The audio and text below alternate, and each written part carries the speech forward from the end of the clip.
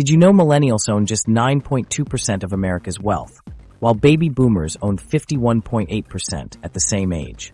This Grand Canyon-sized wealth divide shows up clearly when comparing generational financial trajectories. If you've ever wondered why you're working harder than your parents did, but still can't afford a house, the numbers confirm your suspicions. The good job promise we all grew up with? Total financial fiction.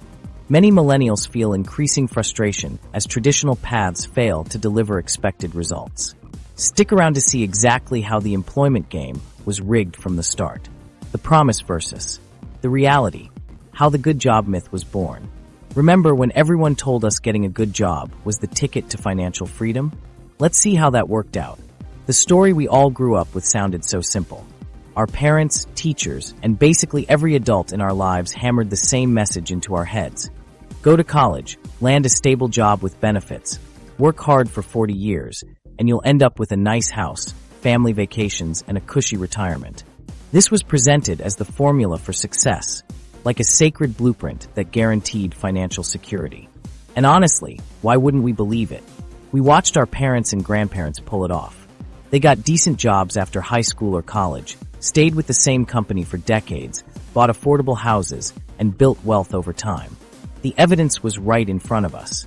So naturally, millennials followed this blueprint, a map drawn with disappearing ink that faded just as we tried to use it. We took on massive student loans because it was an investment in our future.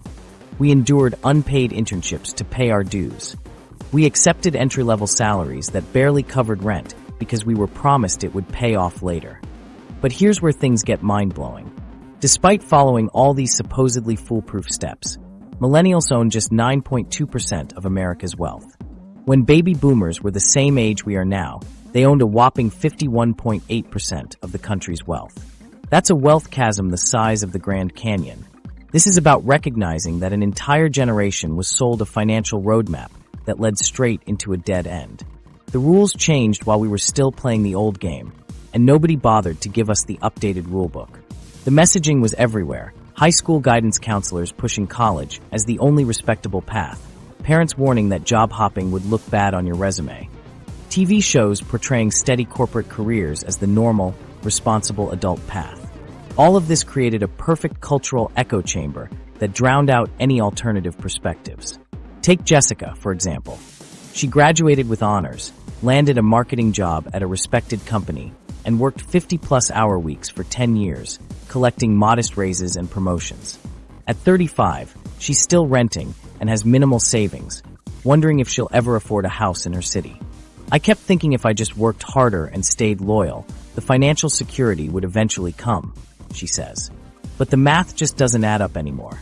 Or consider Marcus, who got an engineering degree and found a stable job at a large firm. Despite saving diligently, his student loans remain a burden. I followed my dad's exact career path, he explains. He was able to buy a house at 27 on one income. I'm 32, earning more than he did in today's dollars, and homeownership still feels like a distant dream. These aren't isolated cases. They represent millions of millennials who did everything society told them to do, only to discover that the promised rewards were nowhere to be found. The numbers tell an even more disturbing story. Millennials are the most educated generation in history. Over 39% have bachelor's degrees, compared to about 25% of baby boomers at the same age. We invested more in our education than any previous generation, taking on unprecedented debt to do so. The promise was that this education would translate into greater earning power and wealth accumulation. Instead, we got the worst of both worlds. The cost of education skyrocketed while its value as a wealth-building tool declined. A college degree went from being a ticket to the middle class to the bare minimum needed just to stay afloat. It's like paying for a first-class airline ticket and getting stuck in the middle seat in economy with zero legroom. What makes this situation even more frustrating is that we were raised to equate career stability with financial security. Sarah's story captures this perfectly. After 7 dedicated years at a publishing company, surviving 2 rounds of layoffs by taking on additional responsibilities, she was let go with 2 weeks severance during a corporate restructuring. My parents kept telling me to stick it out, that loyalty would be rewarded eventually. But companies don't operate that way anymore. The particularly cruel part is that Many millennials internalize their financial struggles as personal failures. If the formula worked for previous generations but isn't working for you, it must be because you're doing something wrong, right? So what actually happened? The economic conditions that made the good job promise work for our parents simply don't exist anymore. When baby boomers entered the workforce, they benefited from strong labor unions, higher effective minimum wages, affordable housing markets, cheaper education, and a corporate culture that valued long-term employment relationships. The average CEO made about 20 times what the average worker made, not the 300+ times we see today. The economy our parents thrived in has been systematically dismantled through policy choices that favored capital over labor, shareholders over workers, and short-term profits over long-term stability. What we're experiencing is the predictable outcome of economic restructuring that shifted wealth upward, while leaving younger generations to compete for the scraps. Traditional employment can still provide a decent living, but the idea that simply getting and keeping a good job will automatically lead to financial security and wealth building, that myth has been thoroughly busted by the economic reality millennials face every day. The productivity pay gap, working harder for less. That myth isn't just busted, it's been absolutely shattered by what might be the greatest economic sleight of hand in modern history. Ever wonder why you feel exhausted from work, but your bank account doesn't reflect all that effort?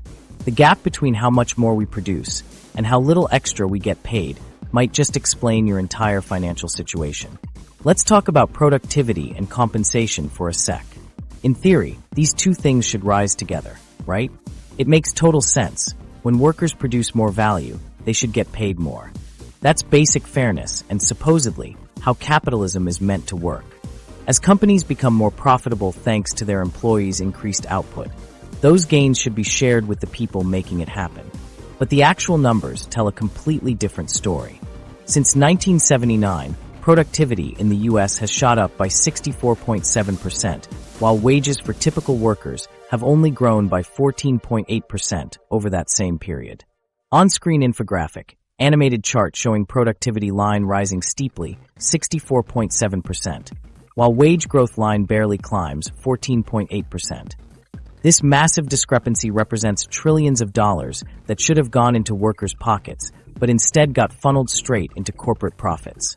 You're essentially working almost twice as hard as your parents did, creating nearly twice as much value per hour, but taking home basically the same paycheck when adjusted for inflation. It's like running on a treadmill that keeps speeding up while someone gradually lowers your reward for all that extra effort. The timing of this wage stagnation hit millennials particularly hard because it happened exactly when we were entering the workforce.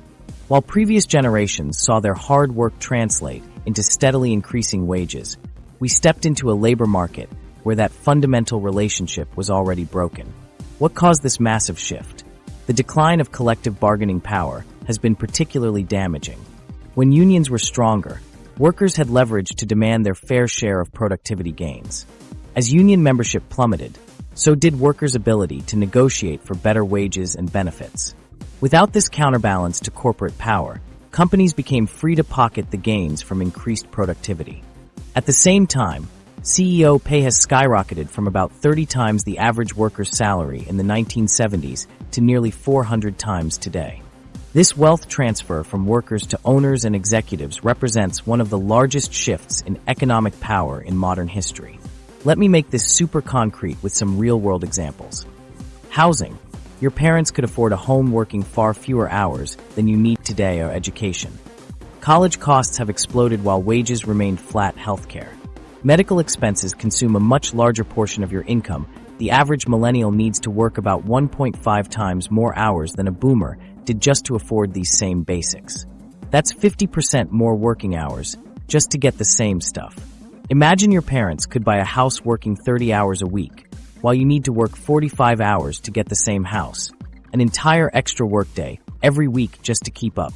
What makes this even more frustrating is that the people who gave us career advice, our parents, teachers, guidance counselors, were operating from an outdated playbook. They genuinely believed that hard work would automatically lead to higher pay because that's how it worked in their day. But the economic rules had completely changed, and nobody updated the manual.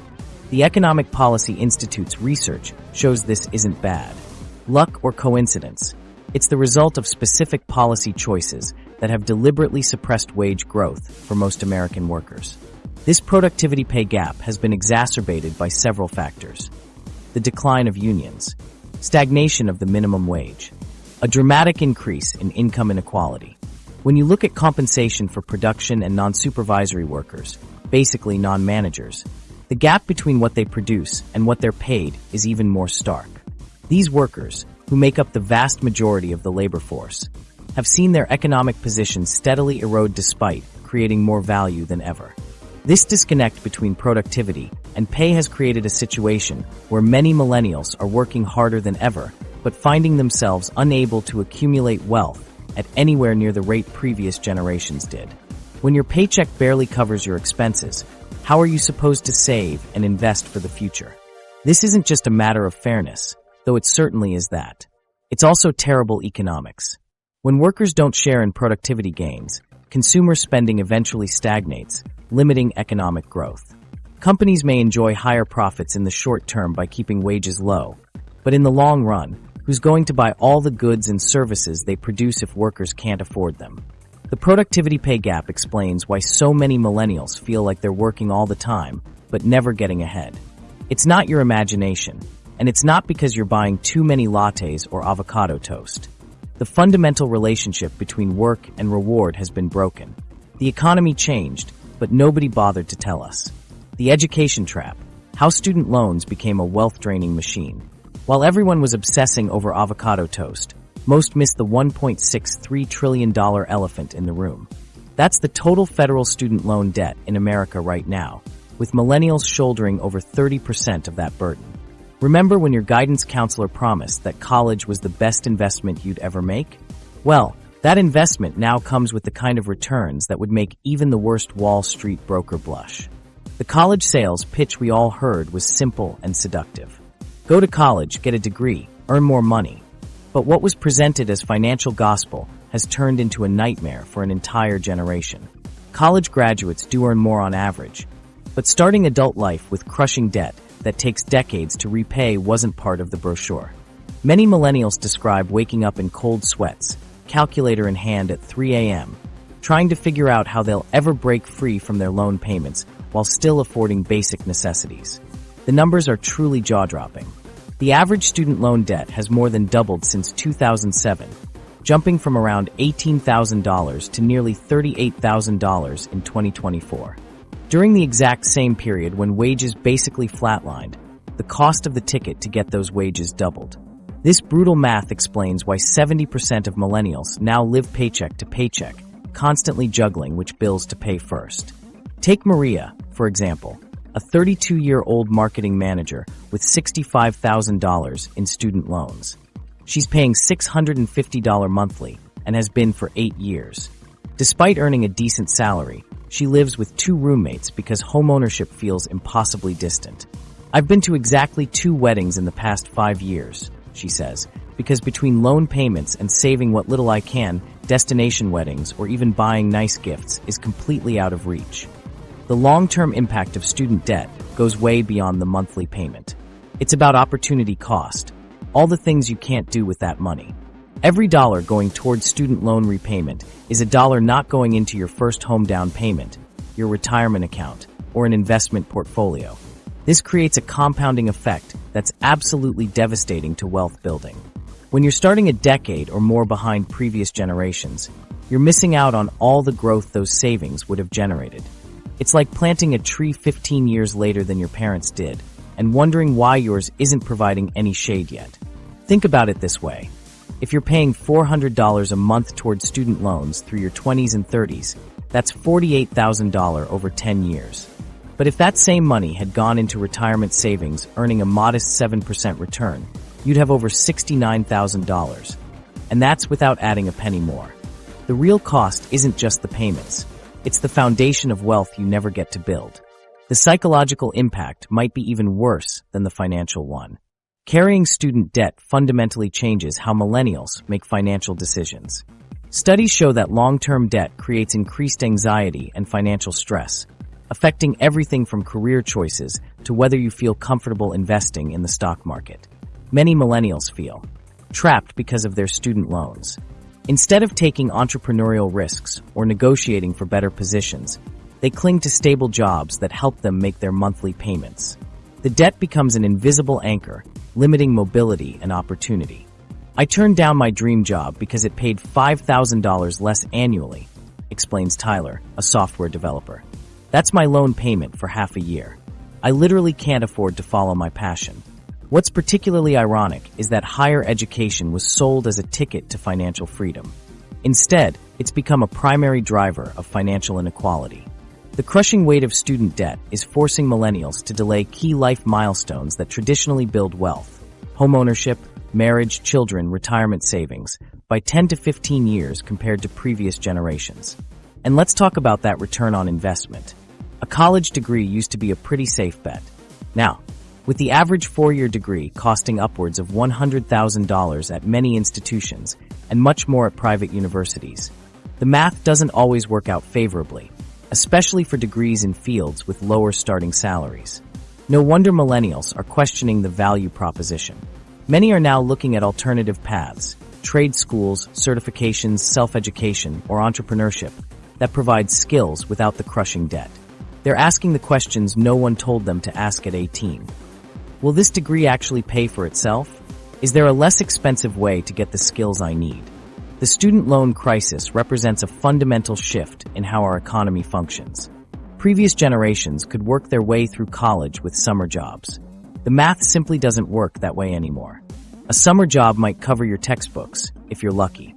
The system has changed, but the advice we give young people largely hasn't. This explains why so many millennials feel betrayed. They did exactly what they were told to do, got educated, worked hard, played by the rules, only to find themselves starting their adult lives with negative net worth. They're not building wealth. They're spending the first decade or more of their careers just trying to get back to zero, often feeling a deep sense of shame about their financial situation despite having done everything right. In many ways, student loans have become a wealth extraction machine, transferring money from young workers with lower incomes to financial institutions and the federal government.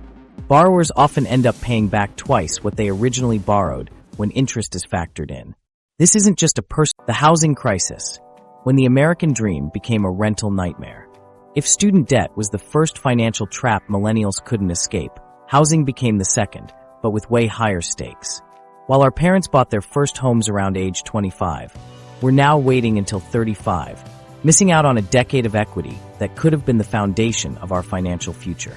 Just how much wealth has this housing delay cost an entire generation? Let's be real about what homeownership meant for previous generations. It wasn't just about having your own place to paint whatever color you wanted. It was the ultimate wealth-building hack. Buy a house, watch it appreciate, use that equity to fund your kids' college, then retire comfortably on what's left. That was the playbook our parents followed, and it worked beautifully for them. Fast forward to our reality, and the housing game feels like playing Monopoly, where someone already bought all the properties before you even rolled the dice. Millennials are now paying literally double what baby boomers did for housing at the same age. Double. Imagine if everything else doubled in price, but your salary stayed basically the same. That's exactly what happened with housing. This price explosion didn't happen in a vacuum. We're caught in a perfect storm of housing insanity. While we were busy paying off our student loans, investors were snatching up starter homes, transforming them into rental cash cows. These investors aren't just competing with first-time buyers. They're crushing them with cash offers, no inspections, and prices no normal person with a mortgage can match. The numbers tell the story clearly. Millennial homeownership rates have dropped by 9 percentage points from 2005 to 2014. That represents millions of people stuck in rental purgatory who would have been building equity in previous generations. The timing makes this particularly brutal.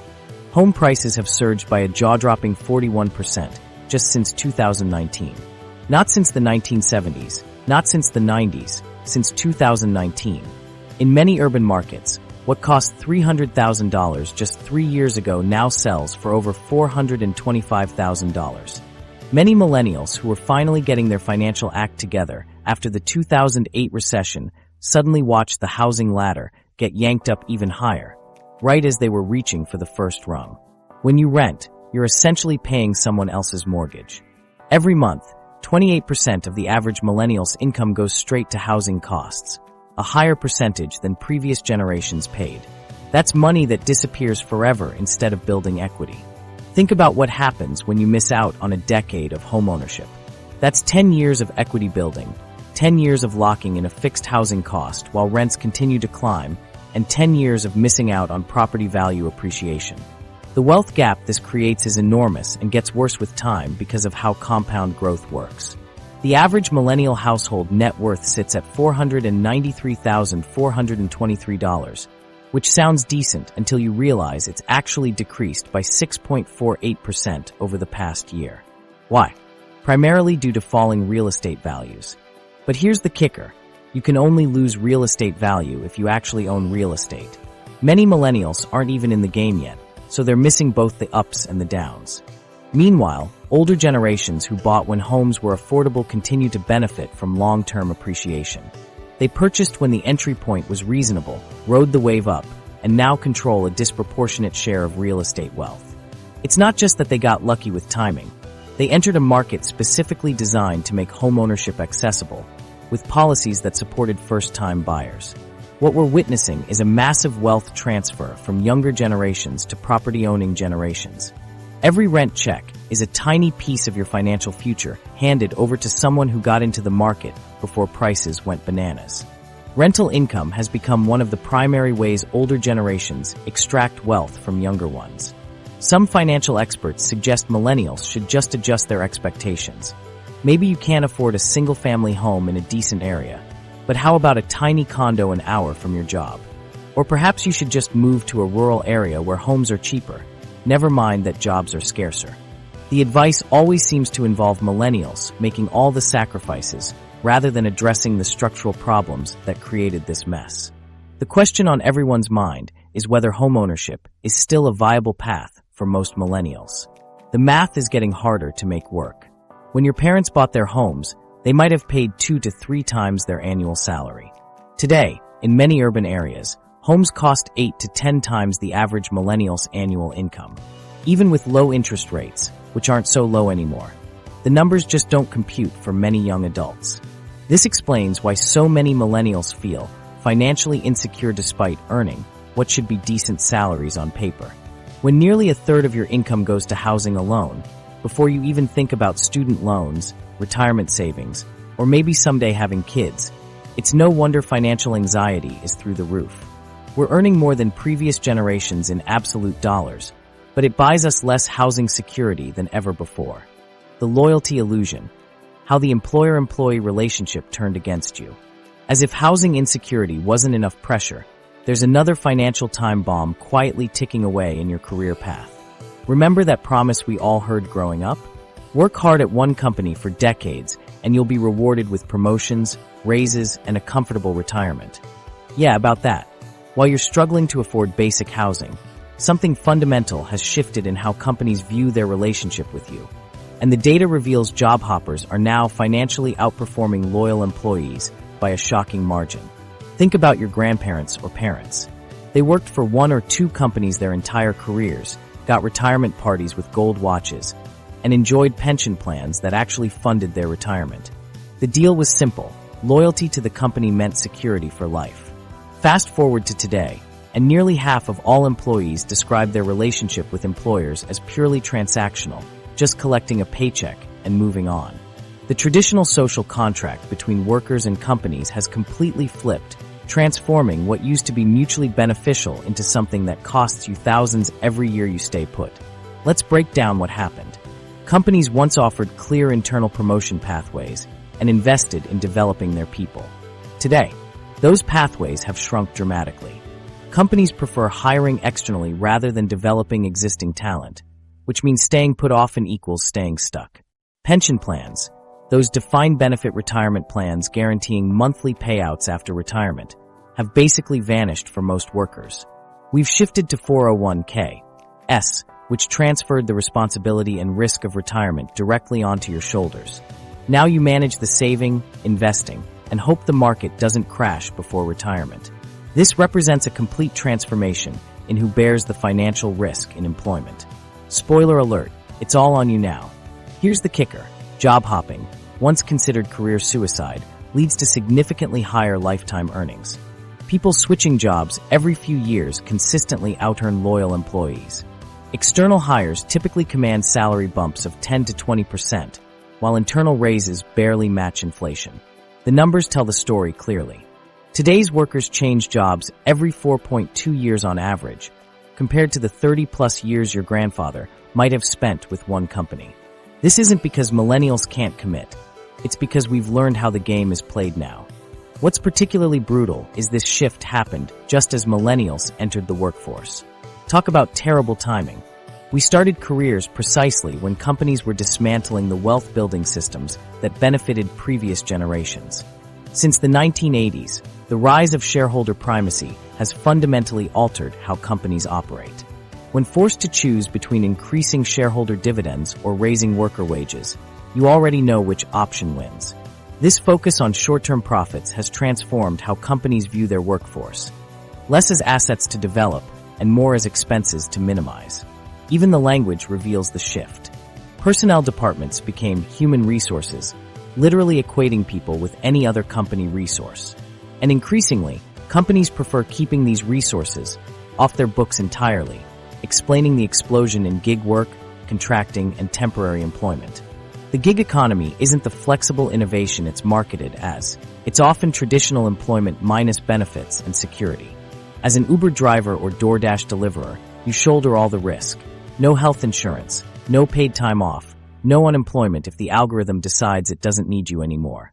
Sticking with a company that doesn't value loyalty is like clinging to a sinking ship while watching others board lifeboats to better opportunities. You might feel secure on familiar deck, but you're going down with a vessel that won't hesitate to throw you overboard when convenient. So what does this mean for your career?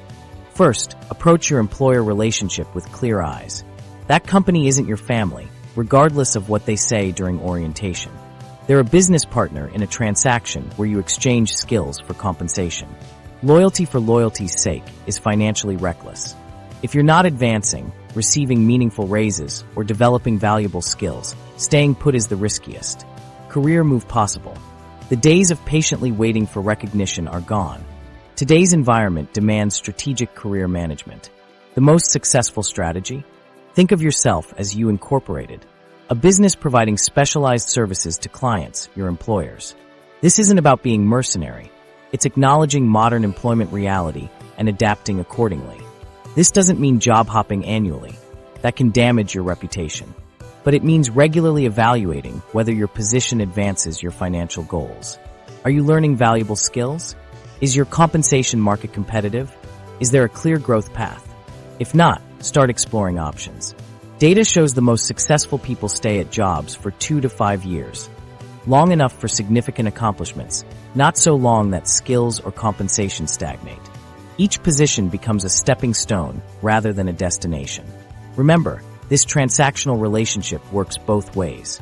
If companies can downsize at will, you can upgrade your career when opportunities appear. Without the illusion of lifetime employment, you're free to create a career path maximizing your earning potential and wealth-building capacity. The wealth implications are profound. Instead of relying on one company for your future, you must take control of your own wealth creation through aggressive saving, developing high-value skills, and potentially creating multiple income streams beyond traditional employment. The side hustle revolution. Why 44% of millennials have multiple income streams. Multiple income streams aren't just for finance bros anymore. When companies stopped guaranteeing financial security, millennials didn't just accept their fate, they started building backup plans from their bedrooms instead. That shocking statistic, about 44% of millennials running side hustles, isn't just a random trend. It's a full-blown economic revolution that's delivering an extra $1,122 per month to those who participate. We're not talking spare change for coffee here. That's serious money that can cover rent, chip away at those student loans, or fund actual investments while your day job barely keeps the lights on. Remember when alternative income streams were just something creative types did on weekends? Those days are gone. What started as a few people selling handmade stuff on Etsy or driving for Uber on Saturday nights has evolved into a fundamental survival strategy for an entire generation faced with financial instability. The extra venture has transformed from a cute little hobby into an essential component of millennial financial planning. And can you blame us? After watching companies treat loyalty like a one-way street and job security vanish faster than free food in the break room, millennials have simply adapted to the new reality. We've realized that relying on a single employer for your entire financial existence is about as smart as putting all your money into cryptocurrency because your cousin's roommate said it was definitely going to the moon. The variety of secondary income sources millennials have created is honestly mind-blowing. Imagine a visual montage. Ride-sharing drivers navigating city streets, e-commerce empires run from studio apartments, content creators building serious audiences on platforms that didn't even exist 5 years ago, freelancers offering specialized skills to clients around the globe, and digital product creators selling everything from planners to courses. Take Jasmine, for example. She started designing wedding invitations on the side while working her marketing job. Within 18 months, her design business was bringing in more money than her full-time position, with better hours and zero office politics. Or consider Marcus, who began fixing smartphones for friends as a favor and now runs a repair service that's completely replaced his former tech support salary. These aren't rare unicorn stories either. Scroll through any millennial social media feed and you'll spot the subtle, or not so subtle, promotions for their photography services, dog walking business, or handcrafted jewelry. Extra income ventures have become so normalized that not having one almost feels like the exception rather than the rule. Technology has played a massive role in enabling this shift. Previous generations needed serious capital, physical storefronts, and expensive advertising to start businesses. Today, you can launch a legitimate business with just a smartphone and some Wi-Fi. Platforms like Shopify, Etsy, Fiverr, Upwork, and countless others have dramatically lowered the barriers to entrepreneurship. You don't need to rent commercial space, hire employees, or take out business loans to test a business idea anymore. Social media has also completely changed the game. Your grandparents needed to take out newspaper ads and rely on word of mouth. You can reach thousands of potential customers for free with clever content and some hashtag strategy. Building in. Audience used to require millions in marketing. Now it requires creativity and consistency. The pandemic only accelerated this trend.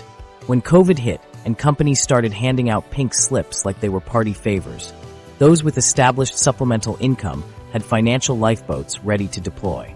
Meanwhile, those who had been putting all their eggs in the corporate basket found themselves completely exposed to economic winds they couldn't control. Take Alex's journey. He initially started a weekend podcast about local restaurants as a creative outlet. When his marketing job disappeared during pandemic layoffs, that fun little project already had a following and local sponsors. What began as an expression of passion became his economic salvation, forcing him to realize that his backup plan had more potential than his primary career ever did. What's most interesting about this shift is that many millennials are discovering something unexpected. Their alternative revenue streams actually have more wealth-building potential than their primary careers. Traditional employment typically offers linear income growth. You get your 2 to 3% annual raise if you're lucky, and maybe the occasional promotion. Secondary ventures, on the other hand, can scale exponentially. There's no ceiling on what you can earn, no manager dictating your worth, and no corporate policy limiting your advancement. Plus, these additional projects often create assets that traditional jobs don't. When you build a business, even a small one, you're creating something that has value beyond the time you put into it. A successful Etsy shop, YouTube channel, or service business can potentially be sold someday. Try selling your job title. Doesn't exactly work that way, does it? This shift represents something much bigger than just earning extra cash. It reflects a fundamental change in how millennials view financial security and wealth creation. Previous generations outsourced their financial futures to employers and institutions. Millennials are taking matters into their own hands, creating security through diversity of income rather than depth of loyalty to a single employer. So ask yourself, are you ready to join this financial revolution? Is your single income stream enough in today's unpredictable economy? Or is it time to develop your own portfolio of income sources that can weather any storm? The wealth mindset shift, breaking free from the employment illusion. That shift from employee to entrepreneur isn't just about adding income streams. It's about completely rewiring how your brain thinks about money. Ever wonder why some people seem to attract wealth opportunities, while others struggle despite working just as hard? The answer lies in a psychological transformation that separates financially thriving millennials from those who remain trapped in what psychologists call the employment illusion. Traditional employment is both a job and a mindset. For most millennials, that mindset has become a psychological prison. We've been programmed since childhood to think about money in terms of hourly wages and bi-weekly paychecks. We celebrate raises and promotions while missing the bigger wealth-building picture. The employee mindset revolves around trading your limited time for money. You give your employer 40-plus hours weekly, receiving a set amount in return. The problem? There are only so many hours in a day, creating a hard limit on how much wealth you can build this way. Wealth builders approach money differently. They focus on assets, things generating money while they sleep, rather than just income. They make money work for them through investments, businesses, and passive income streams. This explains why two millennials with identical salaries end up with dramatically different financial situations. According to recent data, 84% of high-net-worth millennials still worry about their financial security. Having more money doesn't automatically shift your relationship with it. Maya's story illustrates this perfectly. As a graphic designer who climbed to a six-figure creative director position, she still felt financially trapped. "I would check my bank account balance even after getting paid and feel this knot in my stomach," Maya recalls. "I was so focused on increasing my salary that I completely missed opportunities to build actual wealth." Her turning point came during a 3 a.m. anxiety spiral when she realized she was thinking like an employee, not an owner. She started putting money into digital products, small rental properties, and index funds. "Now I have 4 income streams, and for the first time, I feel financially secure."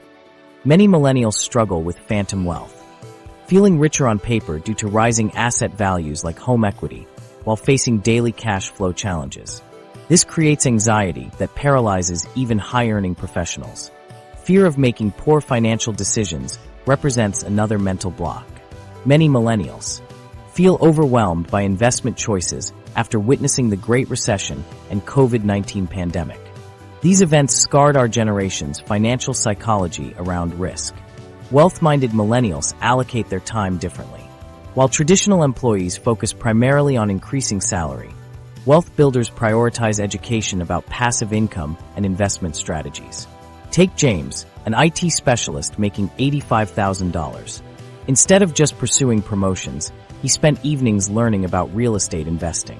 For years later, he still works his day job, but has acquired 3 rental properties, generating an additional $3,000 monthly. "My coworkers think I'm crazy for taking on extra work," he says. "But I'm building something that will eventually replace my paycheck entirely." The wealth builder mindset involves a profound identity shift. Rather than seeing themselves as employees, wealth builders view themselves as investors.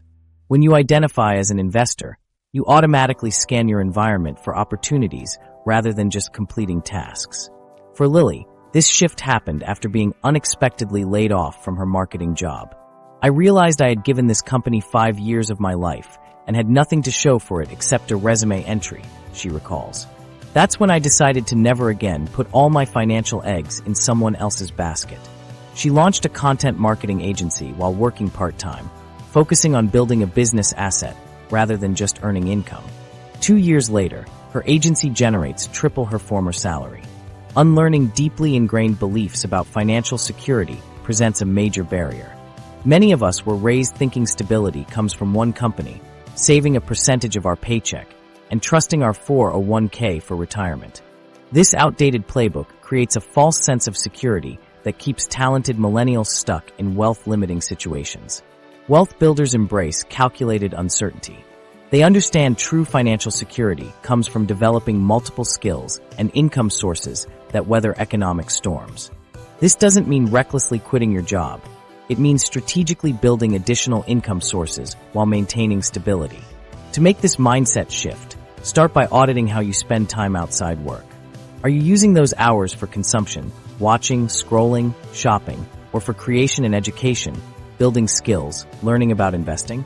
Wealth builders religiously protect time blocks for education and asset development, often sacrificing immediate pleasures for long-term financial growth.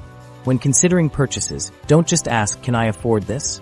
But is this helping me build wealth or draining my resources? This small shift in thinking automatically guides you toward more strategic financial decisions. Surrounding yourself with people who embody the wealth builder mindset is crucial. Your financial behaviors are heavily influenced by peer groups. Seek out investment clubs, entrepreneurial meetups, or online communities focused on financial independence. Address your emotional relationship with money.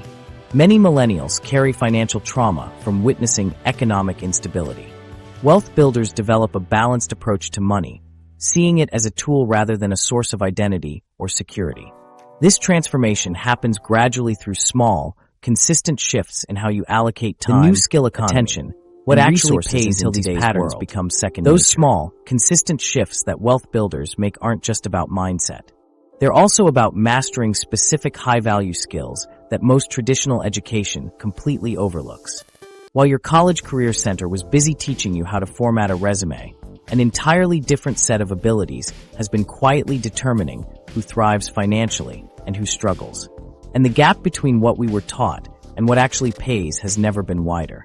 Let's be real about something. Traditional education leaves a massive skills gap in today's economy. Your degree might have gotten you in the door, but it rarely creates actual wealth. The financially valuable skills fall into three main categories: technical abilities, data analysis, software development, cybersecurity; creative talents, digital marketing, content creation; and business acumen, scaling digital products, managing remote teams. Most of us received zero training in any of these areas. The skill premium for those with technical abilities is staggering. Data analysts earn up to 50% more than peers without these skills, even within the same company and department. The marketplace values these skills tremendously, yet our education system remains focused on theoretical knowledge rather than practical application. The most successful millennials focus on developing meta skills, abilities that enable you to learn new skills quickly, adapt to changing markets, and leverage technology effectively. Think of them as your operating system in a digital world. While others struggle with outdated software, those who regularly update their skills thrive. This explains why some 27-year-olds with no degree out-earn professionals with decades of experience and impressive diplomas. They've mastered learning how to learn. This shift toward high-value skills is happening rapidly. Millennials who develop digital marketing skills have seen their earning potential skyrocket, with income growth exceeding 100% after transitioning from traditional roles. Unlike the corporate ladder with its predictable 2 to 3% annual raises, skill-based careers often follow exponential growth curves. What's fascinating is how accessible these skills have become. You can access world-class training online for free or at a fraction of college tuition costs. This democratization of knowledge means motivation and consistency often matter more than credentials or background. The challenge is knowing which skills to prioritize among thousands of options. The data consistently shows that technology and data-related skills offer the highest return on investment. As businesses increasingly rely on data-driven decision-making, these skills become even more valuable. Consider Alex, a bartender with an English degree making $35,000 annually. After spending 6 months learning Python programming through free resources, he landed a data analyst job at $65,000. 2 years and several skill upgrades later, he's making $115,000 as a data scientist, all from a $300 investment in courses and dedicated practice. Compare that to his friend Taylor, who spent $120,000 on an MBA during the same period and saw a much smaller salary increase from $60,000 to $85,000. The return on investment isn't even close. The gig economy has accelerated this trend, with 64% of millennials taking online courses specifically to enhance employability. This creates a powerful feedback loop. Learn a skill, test it through freelance work, refine it based on client feedback, and scale up once you've proven your value. Many successful millennials create skill stacks. Unique combinations like data analysis with content creation or software development with user experience design. These combinations command premium rates because few people possess both skill sets. Learning these skills can be transformative, but requires pushing through initial doubts. Like updating your software in a fast-paced digital world, the process might feel uncomfortable at first. You might question whether you're wasting time as you struggle through tutorials and practice projects. But persistence pays off when you suddenly realize you can create value in hours that previously took weeks, a realization that fundamentally changes how you view your earning potential. Developing these skills requires a different approach than traditional education taught us. It's about producing work that solves real problems and building a portfolio, not a transcript. This explains why high earners maintain active GitHub profiles, Behance portfolios, or YouTube channels. These aren't hobby projects. They're the new resume, proving your skills in ways a degree never could. The half-life of technical skills is decreasing rapidly, with many becoming obsolete within 3 to 5 years. The learn once, apply forever model is broken. Instead, developing adaptability intelligence, recognizing which skills are valuable, acquiring them efficiently, and applying them effectively, has become essential for staying relevant in an evolving marketplace. The highest ROI typically comes from abilities that create leverage, like coding, which scales infinitely, solve expensive problems like cybersecurity, or build valuable assets, like content that generates passive income. The most successful millennials develop skills in at least 2 of these categories. What they don't do is assume their formal education is sufficient. They recognize that wealth-building skills weren't taught in their degree programs, and they take responsibility for developing them independently. The Great Wealth Transfer, positioning for the $27 trillion opportunity. Taking responsibility for your financial education is important, but there's also a once-in-a-lifetime opportunity on the horizon that could completely transform millennial finances. I'm talking about the greatest wealth transfer in human history that's already beginning. An estimated $84 trillion in assets changing hands over the next 2 decades, with millennials positioned to inherit a staggering $27 trillion from baby boomers. Yet most of us aren't even discussing this financial tsunami at brunches or seeing it on our social feeds. This wealth transfer isn't a distant financial fairy tale. It's happening right now. Think of it as this massive economic shift that's going to reshape entire industries and investment markets for decades. Baby boomers are increasingly embracing the giving while living approach, passing assets to their children now rather than waiting until they're gone. This trend is speeding up the timeline, meaning some millennials are getting inheritance boosts way earlier than expected. The distribution patterns make this transfer super interesting. Women are expected to be the primary beneficiaries in many cases, which could help balance those frustrating financial inequalities between genders that have persisted forever. This matters because research shows women often approach investing differently than men, typically with more patience and less impulsive trading, potentially changing how this massive new wealth gets managed in the coming decades. But here's the awkward truth. Most of us feel completely unprepared to handle significant inheritances. Remember those tense family dinners where money talk was shut down faster than your first high school relationship? Yeah, that's left us with major knowledge gaps about managing wealth, especially the kind that shows up in large lump sums. Unlike other skills we can practice gradually, inheriting substantial assets requires immediate competence in areas where many of us have zero experience. The challenges are honestly overwhelming. Imagine getting a call that you've inherited your grandparents' vacation home. Sounds amazing until you're suddenly dealing with property taxes, maintenance costs, and your sister who wants to sell it immediately while you feel emotionally connected to keeping it. These situations can tear families apart faster than a political discussion at Thanksgiving dinner. I've seen siblings who haven't spoken in years because of disagreements over an inherited family business that neither knew how to value properly. Millennial investment approaches are dramatically different from previous generations too. According to Bank of America, 75% of millennial and Gen Z investors believe traditional stocks and bonds alone won't cut it for above-average returns. This skepticism is pushing many toward alternatives like private equity and direct company investments as inheritances arrive. When it comes to managing significant assets, we're surprisingly old school in one way. 91% believe their investment portfolios are too complex for robo-advisors alone. We want actual humans guiding us through the inheritance maze, not just algorithms. Sustainability is reshaping inheritance plans completely. Many millennials view sustainable investments like planting financial seeds today that will grow into forests of returns tomorrow, while simultaneously healing the planet. This isn't just idealism.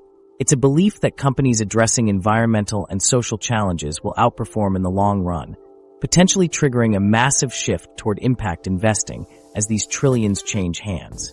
So what can you do to position yourself for this wealth transfer? Start breaking the money silence in your family. These conversations feel awkward, like want to hide under the table awkward, but they're essential. Begin by simply asking parents or grandparents about their financial values and experiences. This often opens the door to more specific discussions about inheritance plans. Financial education needs to be your priority right now. Understanding estate planning, tax implications, and investment management becomes crucial. Thankfully, resources available today would have been unimaginable to previous generations, from specialized courses to wealth management podcasts designed specifically for inheritors. For families with significant assets, suggest family financial planning meetings with professional advisors. These structured environments help navigate emotional topics objectively and ensure everyone understands the plans. They create space for parents to share their wishes around wealth, preventing those devastating misunderstandings later. If you might receive business interests or real estate, start developing specific knowledge now. Understanding property management or business operations will help you make smarter decisions when inheritance occurs. Forward-thinking families sometimes create apprenticeship periods where the younger generation helps manage assets before taking full control. The emotional side of inherited wealth is just as important as the practical side. Many inheritors experience intense guilt, anxiety, or identity confusion when receiving significant assets they didn't personally earn. Finding communities of other inheritors provides emotional support from people who truly get these unique challenges. Establish clear intentions for potential inheritances before they arrive. Having a framework for how you'll approach windfall money prevents those impulsive decisions made during emotional periods after losing someone you love. Even for millennials not expecting substantial inheritances, understanding the broader wealth transfer matters. As trillions move through the economy, new opportunities will emerge in fields like wealth management and financial technology. Developing relevant skills could connect you to this massive wealth movement indirectly. This fragmented inheritance distribution means some millennials will receive life-changing sums while others get nothing. This could widen wealth gaps within our generation. Maintaining perspective and empathy becomes crucial as we navigate our financial journeys alongside peers with vastly different inheritance situations. The Great Wealth Transfer offers millennials a potential financial reset, a chance to overcome systemic challenges we've faced. But this opportunity comes with serious responsibilities and requires preparation. The biggest mistakes happen when inheritances arrive without proper planning or education. The Millennial Wealth Pioneers. Real success stories in a broken system. Not waiting for inheritance isn't the only strategy on the table. While many of us feel financially trapped, an impressive tribe of millennial wealth pioneers has quietly quadrupled their collective net worth from $3.94 trillion to a massive $15.95 trillion in just 5 years. These aren't trust fund babies or tech unicorn employees. They're regular people who discovered wealth-building strategies that actually work in today's broken system. These financial rebels are breaking free while the rest of us struggle paycheck to paycheck. Despite the economic cards being stacked against us, they're building serious wealth through proven methods. Consider the average millennial client at Wealthfront.